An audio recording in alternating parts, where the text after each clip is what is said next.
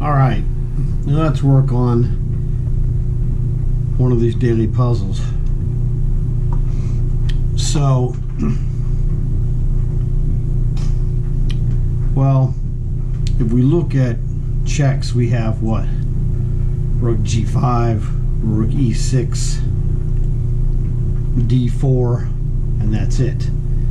Captures, what do we have? We have rook takes rook. Not a lot to look at there. Piece contacts, well, we really don't have much more than stuff like, rook to b6. But if we played rook takes rook, he plays rook takes rook, and then he has kind of gotten a reverse piece contact on us. So the exchange of rooks would give him the piece contact more so than us.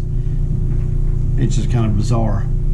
And then board situation. Well, board situation, if you look at this guy,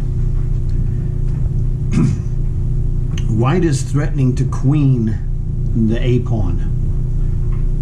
But if you play a7, he's going to play something like either rook takes d2 with the idea of rook a2 check, or he'll play rook to h8, and if you queen, he just plays rook takes queen.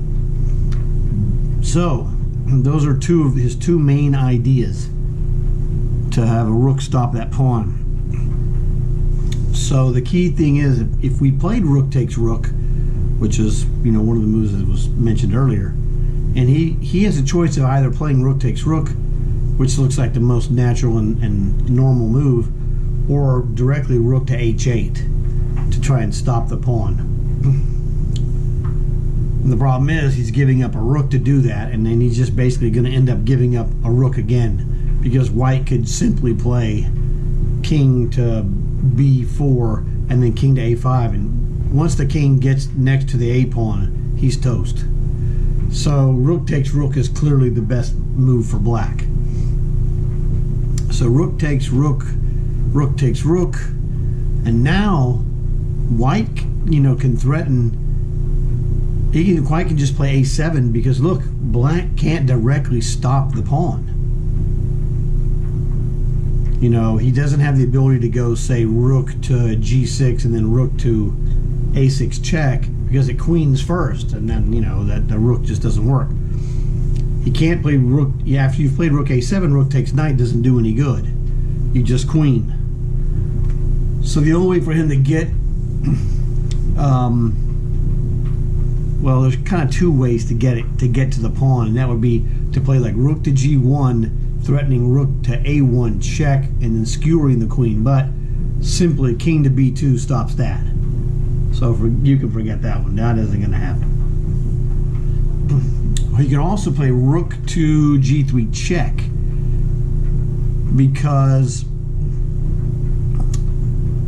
white cannot play rook king to b4, because he would simply play rook to b3 check, king to c5, or king to a5, and then rook to a3, and then that pawn is stopped. That knight can never get there in time. So that's bogus. So if he plays rook to g3 check, we have to go king to b2, because if you went king to, you can't go king to b2. You have to go king to a2. King to b2, he'd play rook to b3 check and then rook to a3, essentially. Or if you played king to b2, he'd play rook to b3 check, king to a2, he'd play b4, which is what he's going to play anyway. Nothing really changes. So basically, you go king to a2, he has to play b4 to play rook to a3 check, to skewer, not skewer, but to fork the king and the pawn, because it hasn't queened. Or, when it does queen, he can do that and force the queen trade off. So that's the problem. You get to the point of king to a2, he plays b4, and what do you play after black plays b4? This is the key question. And the answer is super difficult, because this looks like the best line we can play.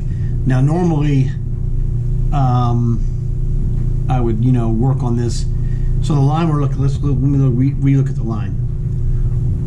White to move. White plays rook takes rook. Black plays rook takes rook. A7. Rook to G3 check. King to A2, B4, and now white has to make a move. But the problem is, it's not obvious what to do, number one, and number two, it's very difficult to see what this is like. So this time I'm going to play the moves and get to this position to help us look at what's going on, because this is a difficult problem. Way harder than any you've probably ever done. So this is all good. So again, we have to play, if we play king to b2, he's going to check us, king to a2 anyway, like we should go. We don't want him to check us, and he plays b4. So he's going to play b4. Yeah, he did. This I all figured out just by looking at it. So now, well, what do we have? Well, our knight can go h5, f5, e6, and e8. Whoop-de-doo. h5 does nothing. f5 does very little. e6 loses a knight. Knight to e8 has some value, except for the fact that he's threatening to play rook to a3 check. That's the problem. None of these moves stop rook to a3 check. If we queen the pawn, rook a3 check, queen takes rook, pawn takes queen, king takes pawn. And he's going to draw this because he's going to be able to stop the d pawn. Because he'd go king takes e4,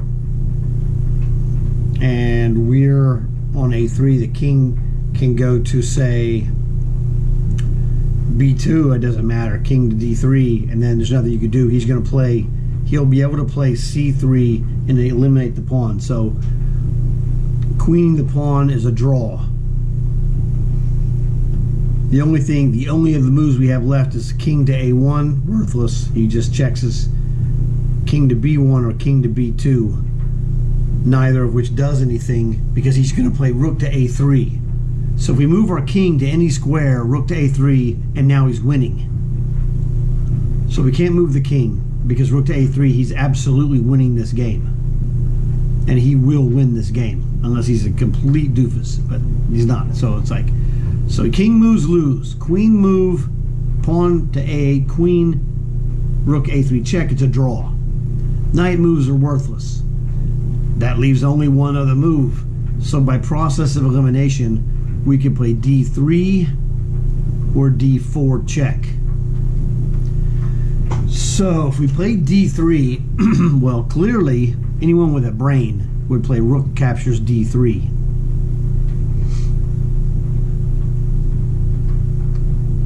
The key point behind that is that he's still threatening to play rook to a3, which will draw. And at this point, black will accept a draw. That's better than losing. So d3 has out of the question. Now, what about d4 check? Well, that is another story. d4 check. He cannot play king takes d4. So that's one thing.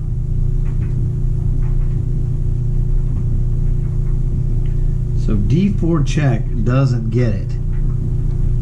I'm sorry, d4 check. He cannot play king takes d4. He can play king takes e4. Then, that is a good question. Now what?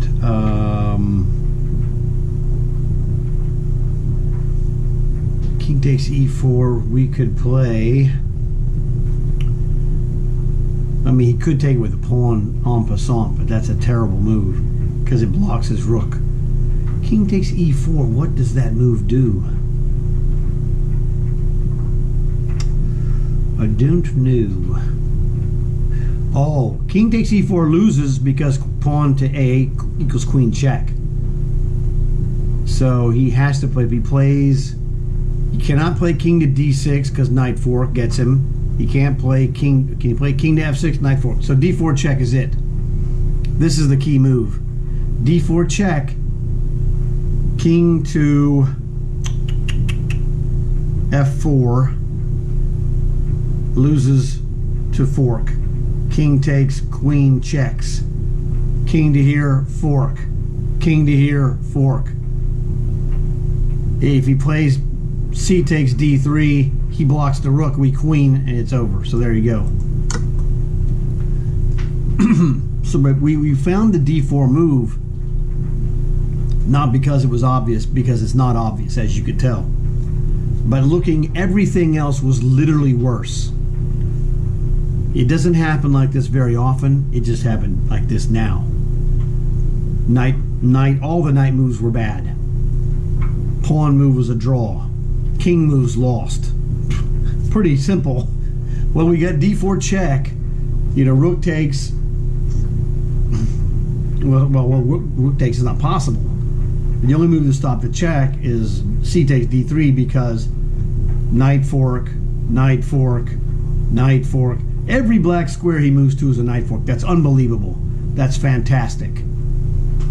So, man, this was way harder than you would think. Definitely not something a 1600 player would be expected to solve, because it's just so difficult. But go through this one and look at it again and again, because this is really, really good stuff. So hopefully you learned something from this. You guys know what to do. Like, subscribe, tell your friends. Don't tell your enemies, because if you tell your friends, that's cool, but if you tell your enemies, they're going to use it to beat you. You want to beat them. So hopefully you guys really enjoyed this. It was really great. You guys know what to do. I'll talk to you later.